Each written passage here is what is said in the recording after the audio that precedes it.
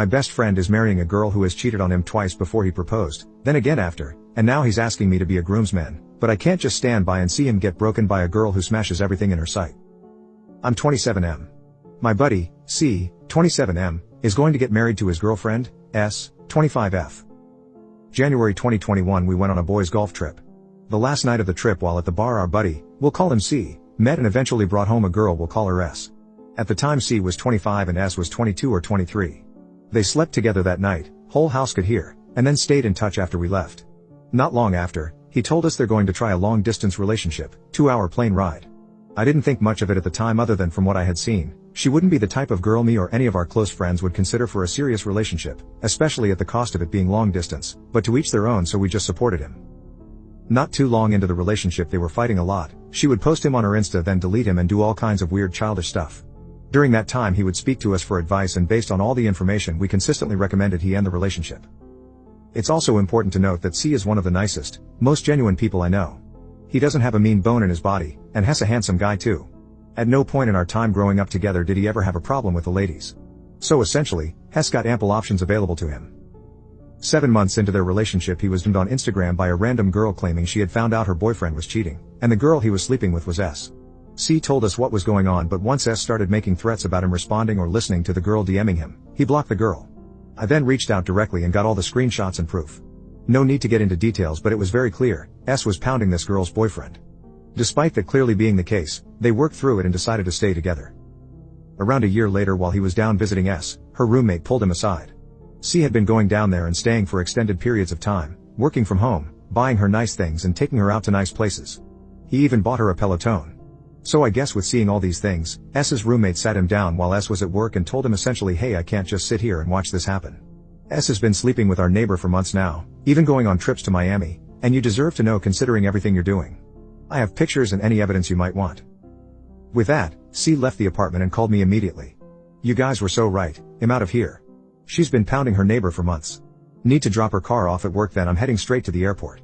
I would have lit that car on fire, but to each their own. We continued the conversation and as I was aware of the way she gaslit him the last time something like this happened, I advised him to say nothing or close to nothing, just hand her the keys / leave them somewhere and walk away.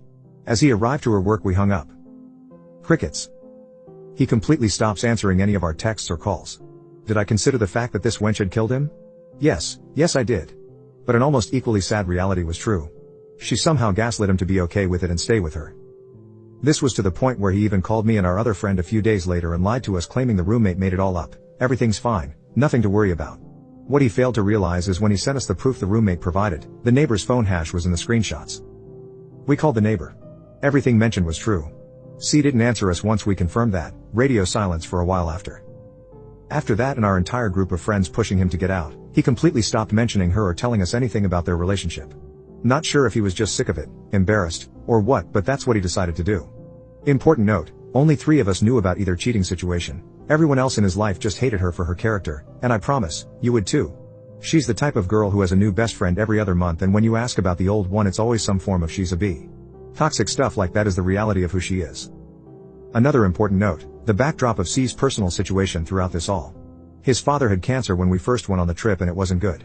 Eventually after many surgeries and treatments, he went into remission and is cancer-free today.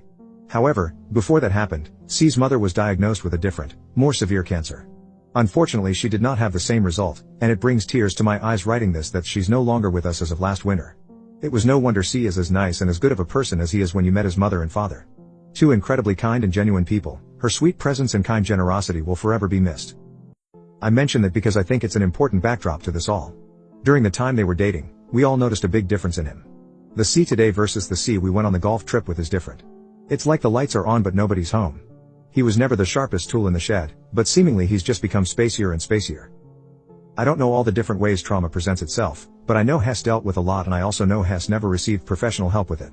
And I don't think S would ever let that happen even if we convinced him to do it. I wholeheartedly believe she's used his situation to manipulate him into needing her there for him. Before his mother passed away, we received word from one of his high school friends who also hates S, but knows nothing we know, that C is flying down to propose to S that day. He purposely didn't tell any of his closest friends BC he knew exactly what we would all say. Despite that I reached out with one last effort. I just wanted to make sure that because he didn't consult any of us with this info, that he at least discussed at length with his parents. He assured me he did and that they supported him, so from there it was just a face and palm situation. My best friend is marrying a manipulative cheating whore and that's just the way it is. Not long before that she moved up to us and they got an apartment together. Once the engagement happened it felt like there was nothing we could do.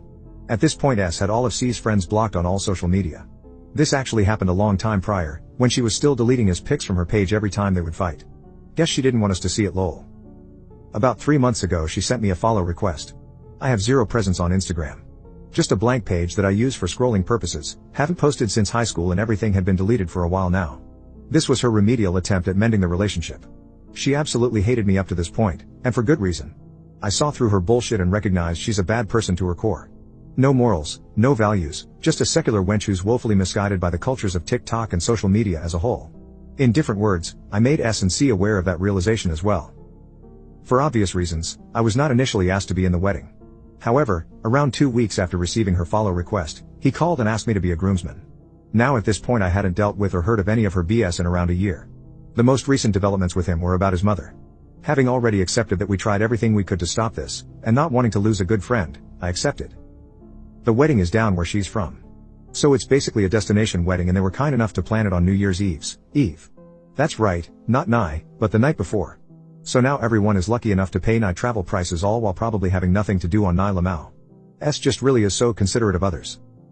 Now here's the kicker, after everything mentioned above I was basically over giving a damn.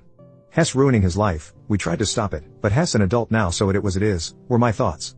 Well last week I found out that while she was still living down there, for some insane reason, when C found out a friend of his from high school was visiting in her town, he suggested they link up to meet and hang out.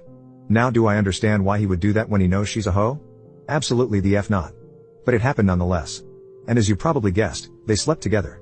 Real scumbag move on the friend's part but that will be handled separately. Once hearing this I went to Instagram to see the guy, recognized the name but wanted to put a face to it. While doing that I realized C doesn't follow him anymore, but S does. So C clearly knows this happened, which my source told me too. It seems this time she actually confessed to C, but in a classic cheating hoe move she claimed she brought his friend home but only gave him head. I still don't know if I'm more disgusted by those actions or by her manipulation. It's all just so gross. Lastly I will note, after the second cheating situation I point blank asked him if he had any type of buckhold fetishes or something like that. I made it clear if that's the case there's no judgment and nothing to be ashamed about with us. But if it's the case we need to know because it changes everything. By his response I was convinced he does not have any sort of fetish. I've known him since 4th grade and he's a terrible liar. But now I'm sitting here with a handful of options, all bad. I can sit him down and tell him what I learned, including that she's still following him. Goal here would be trying to understand WTF Hess thinking in one last attempt to break through to him. But that could risk our friendship altogether since she will certainly make him cut ties. I could tell him what I found out and let him know I can't support the marriage and back out of my spot as a groomsman, which also ends in me losing one of my closest and oldest friends. Or I could do nothing. Essentially submit to her manipulation and let her win by not only getting married but getting his friends who know how bad she is, to support it. This probably results in losing a friend too BC she already barely lets him see any of us. And once they're married I'm sure that'll become more strict, especially once they move to where she's from which is basically a guarantee. If you can think of other options I would love to hear. But Ada for doing any of those 3 options? Which would you do? To be clear, he's aware of everything mentioned above. Only thing he's not aware is that we know about the 3rd time she cheated. It's also possible he does not know that S still follows his friend from high school that she banged.